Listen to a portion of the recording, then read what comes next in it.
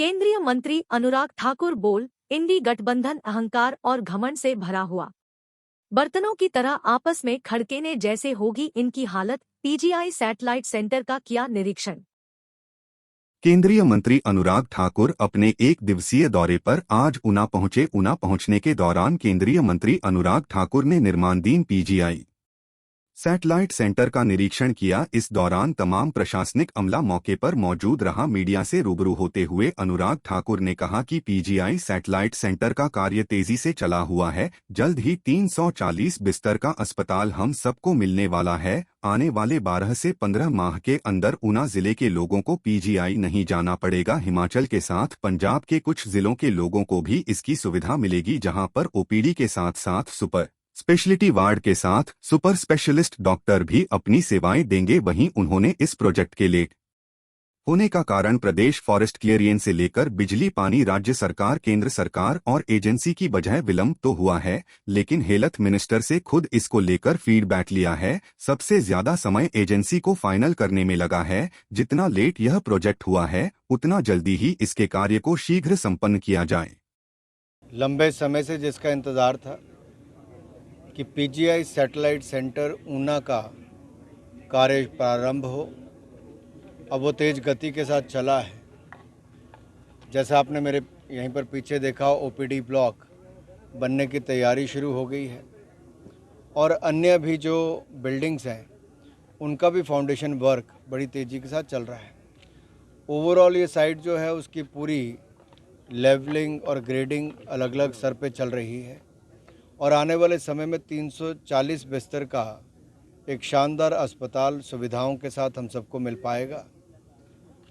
और मैं ये कह सकता हूँ कि आने वाले 12-15 महीने के बाद हमारे न केवल ज़िला ऊना के बल्कि हिमाचल के बहुत सारे ज़िलों के लोगों को अब चंडीगढ़ जाने की ज़रूरत नहीं रहेगी।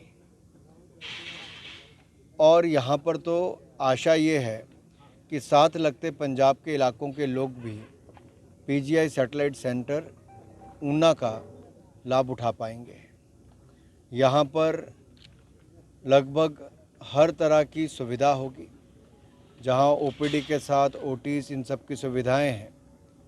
वहीं पर स्पेशलिटी वार्ड्स, जो हर तरह के जो उच्च क्वालिटी के डॉक्टर्स हैं, वो भी अपनी यहाँ पर सेवाएं देंगे। जी, कब तक इसके अंतिम निर्माण का लक्ष्य रखा गया है? क्योंकि कांग्रेस जो है वो लगातार इसको लेकर आरोप लगाती रहती है कि लेट जो है वो इस प्रोजेक्ट को किया जा रहा है। देखिए, प्रोजेक्ट लेट तो हुआ है, लेकिन उसके कई कारण रहे। फॉरेस्ट क्लियरेंस से लेकर पानी से लेकर बिजली तक बहुत सारी चीज़ें हैं जो कहीं राज्य सरकार तो कहीं केंद्र सरकार तो कहीं एजेंसी, हर किसी की वजह से कहीं ना कहीं इसमें विलंब हुआ है। लेकिन जो भी देरी हुई, अब उसके बाद निर्माण कार्य में कहीं कोई कमी नहीं छोड़ी जा रही। स्वयं स्वास्थ्य मंत्री जी ने दिल्ली में भी इसके बारे में बैठक ली और मेरा उनसे आग्रह यही था कि हम इसको और गति दिलाएं और तेज़ी के साथ काम करें। जो शुरू में ज़्यादा समय लगा वो एजेंसी फाइनल करने में ही लगा, बहुत लंबा समय उसमें गया, क्योंकि एजेंसी 4 बार टेंडर हुए तब तक कोई नहीं आ पाया था।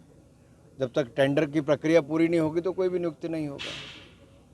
सर, पंजाब में कांग्रेसी नेता के गिरफ्तार होने के बाद कांग्रेस आम आदमी के खिलाफ प्रदेश भर में प्रदर्शन कर रही है। ऐसे में विपक्षी गठबंधन को लेकर अनुराग ठाकुर ने पलटवार किया है। उन्होंने कहा कि इंडी गठबंधन अहंकार और घमंड से भरा हुआ है। ना नेता है, ना नीति है और ना नियत है। जहां इनके नेता आपस में ही टकरा रहे हैं, नियत में खोट नजर आता है। इनकी एक जैसी सोच नहीं है। यह पंजाब नहीं, बंगाल देखो तो वहां भी यही हाल है। आहिस्ता आहिस्ता और राज्य आने दीजिए जैसे सब बर्तन आपस में खड़कते हैं, वैसे इनकी हालत होने वाली है। देखिए, जो इंडी गठबंधन है ये अहंकार और घमंड से भरा हुआ है। हमने पहले दिन कहा था, ना नेता है, ना नीति है और ना नियत है। और आपने साफ देखा कि इनके नेता आपस में टकरा रहे हैं, नियत में खोट नज़र आता है और एक जैसी सोच तो है ही नहीं। ये पंजाब नहीं, बंगाल देखेंगे तो वहाँ पर भी ये हाल है। आहिस्ता आहिस्ता और राज्य आने दीजिए, सब में एक तरह से जैसे सब बर्तन आपस में खड़कते हैं वैसे इनकी हालत होगी। विदेश मंत्री जी ने बहुत स्पष्टता के साथ अपनी बात कही है और जो भी निर्णय है भारत सरकार ने उससे अवगत भी करवाया है। कोई भी ज़मीन ऐसी जहां पर आतंकवाद को बल देने के लिए या हिंसा को बल देने वालों को पनाह दी जाती है, उसका विरोध करते ही हैं और ये किसी को स्वीकार नहीं करना।